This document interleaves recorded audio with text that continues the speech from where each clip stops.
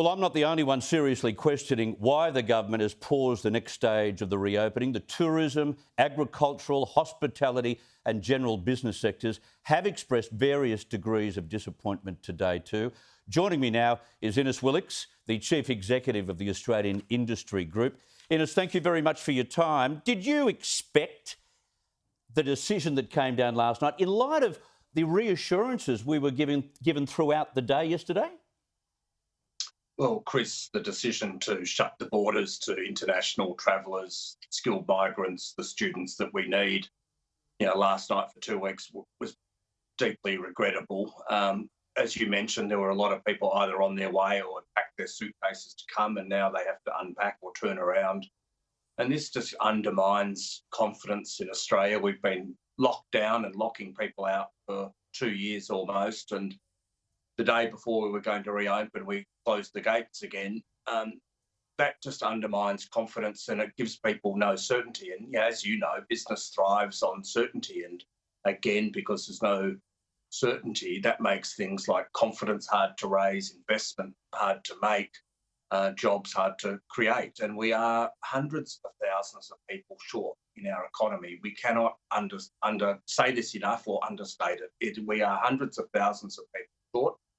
Right across those sectors you mentioned, hospitality, broader industry, mining, services, agriculture, education. We're deeply short of people and it is biting business very much. So the quicker we could reopen, the better.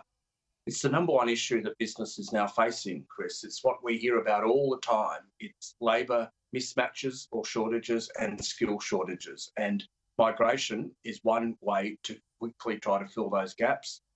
And you would fear that the decision taken will just turn people away. And the reports are amongst students that the response has been toxic. People are now looking to cancel courses and the like. Business is sort of tearing their hair out about this. And, there's less than 200 cases of this known globally. We've got to keep everything in perspective and proportion. And you would hope that we would do that and be able to open the doors before the 2 weeks is out and get things going again. Yeah, and if we had 7 or 6 cases like we have at the moment in Australia where they all were sick or partially sick, you'd almost understand it. But these people are asymptomatic or have hardly any symptoms at all. They're not part of the vulnerable demographic. They're much younger. That's another reason why we shouldn't fear all of this. And I'm just thinking of all the accommodation houses, the contractors, the contracts that have had to be torn up because people aren't going to be here until the middle of December. And therefore, what about the logistical problems associated with getting goods and edible goods, perishable goods, into the cities for Christmas? Well, look, our economy is slowly recovering from weeks and months, in some cases, of lockdowns and closed downs and borders being shut internally and our national borders. It's a slow recovery. It's not a bounce back or a snapback that's going on. People and business are very cautious. What is in part driving that caution, Chris, is that apart from labour shortages, we have supply shortages. So our supply chains are broken at the moment. Our ports are very difficult for businesses to navigate.